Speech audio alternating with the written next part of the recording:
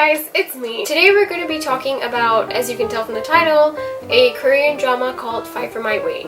Now, this is not a new show. It's been out for about a year, I believe. I think it was released in 2017. I literally just finished watching this show and I have some thoughts about it. I figured that it would still be relevant because now that What's Wrong with Secretary Kim just ended, I think the guy is pretty relevant. I don't remember his name, like Park Seo-joon, if I'm not wrong.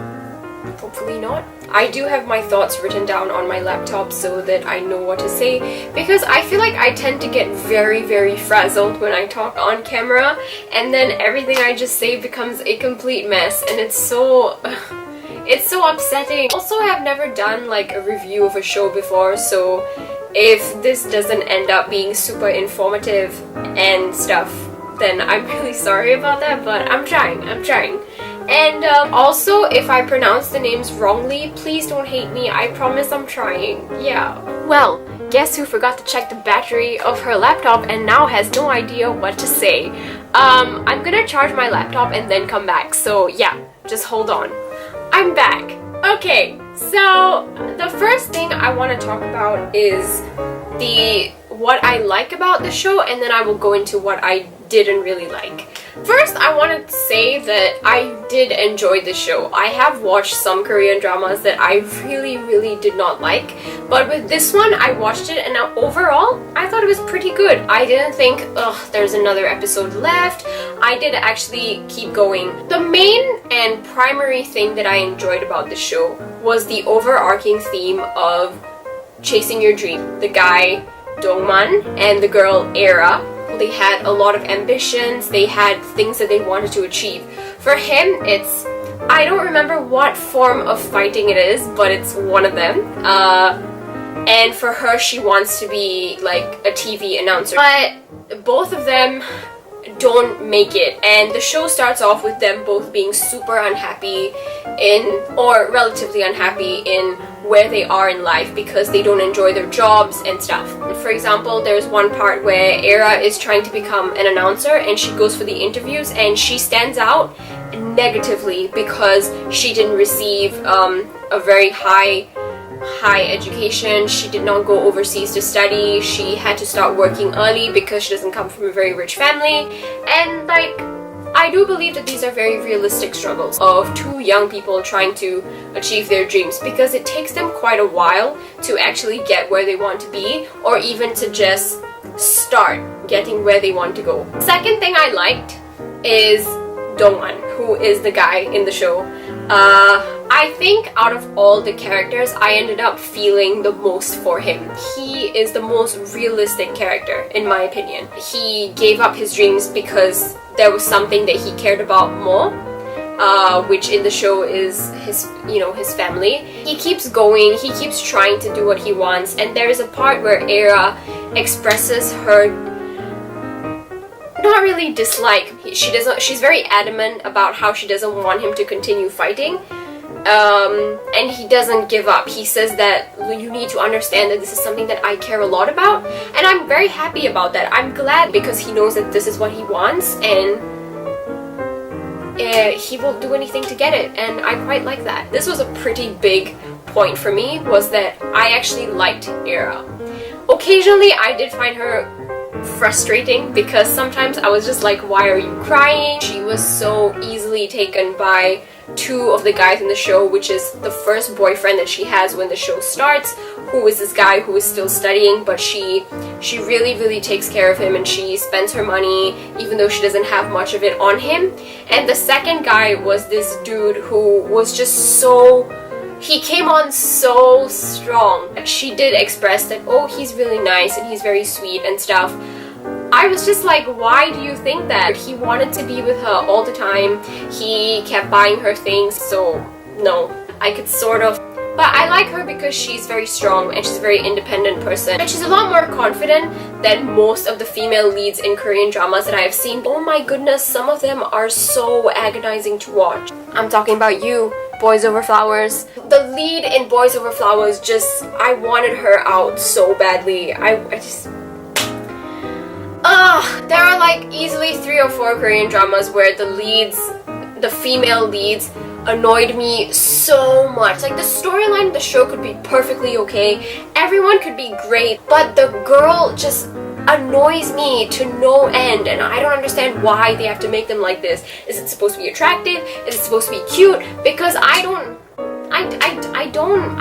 get it. I really don't. But Era was not like that. In fact, she was actually pretty cool, and I like that she didn't need anyone to take care of her. She knew what she wants. She was not afraid to speak her mind. She was very open about everything, and I thought it was a refreshing change from the shows that I have watched previously, and just in general, I thought she was a cool character. I liked that she can stand up for herself. Also, a side note, I do think that at some level she was quite selfish, but she does admit it. There is one part where she does admit that I'm really selfish in this relationship, and I'm glad that there is some element of self-awareness in her, which also made me like her even more. So yeah, Era's a good female lead.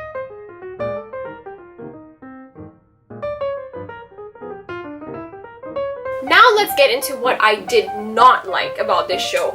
I think that there were too many unnecessary storylines in this show. I understand her and her first boyfriend and how she was really unhappy about that. I do think that gave us some insight into her life and what she thinks about herself, what she thought about herself at that point, which is fine. Dongman has an ex who doesn't seem to leave them alone. That I can totally understand, because I thought that that was quite an interesting part of their life. But there was no need for the second guy, the one I said who was really overboard. There was no need for him to be there. He added nothing to the storyline, honestly. Like, if anything, you just get to see Dongman being a little bit possessive, but there was no need for that. I don't understand why the landlady had to have such a big part of the story. Like, I don't understand why there always has to be this backstory of someone actually being someone's parent, or some adult actually knowing their parents from young, and then suddenly they're like, oh, it's this woman from that place, you know? Why is she near our children? Which also happens in the show, and I just think that's unnecessary. There's also this one part where the landlady's son kind of stands in front of his car, and when Era comes out, he's like, oh, let me drive you. And she's like, why? And he's like, oh, I'm interested in you. And she's like, what? Yeah, why was that even there? It added nothing to the storyline. Nothing whatsoever. What else did I find unnecessary? Their friend's storyline. I know her name is like Sulhi or something like that. Forgot the guy's name. But they basically have these two friends, right? Basically, Sulhi and that other guy have been together for really long. So when the show starts, they're already together. And halfway through the show, they start having relationship problems. And I don't understand why there had to be this other girl who works at their office that also likes him. It was weird that his reason for paying attention to her was that she reminded him of Sulhi earlier in their relationship. What?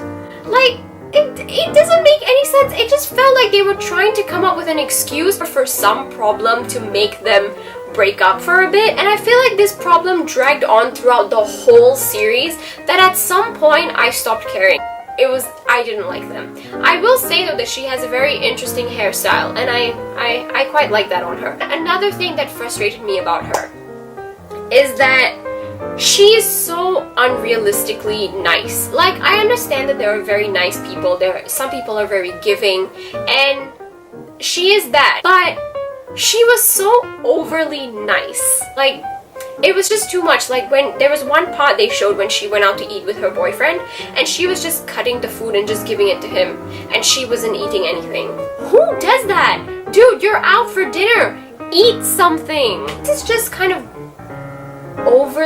was very over the top. I will say that there is one problem that they faced in their relationship, which I do think is a realistic issue. She says that she's very content with where they live, the job they have, the money they have. She's okay with it.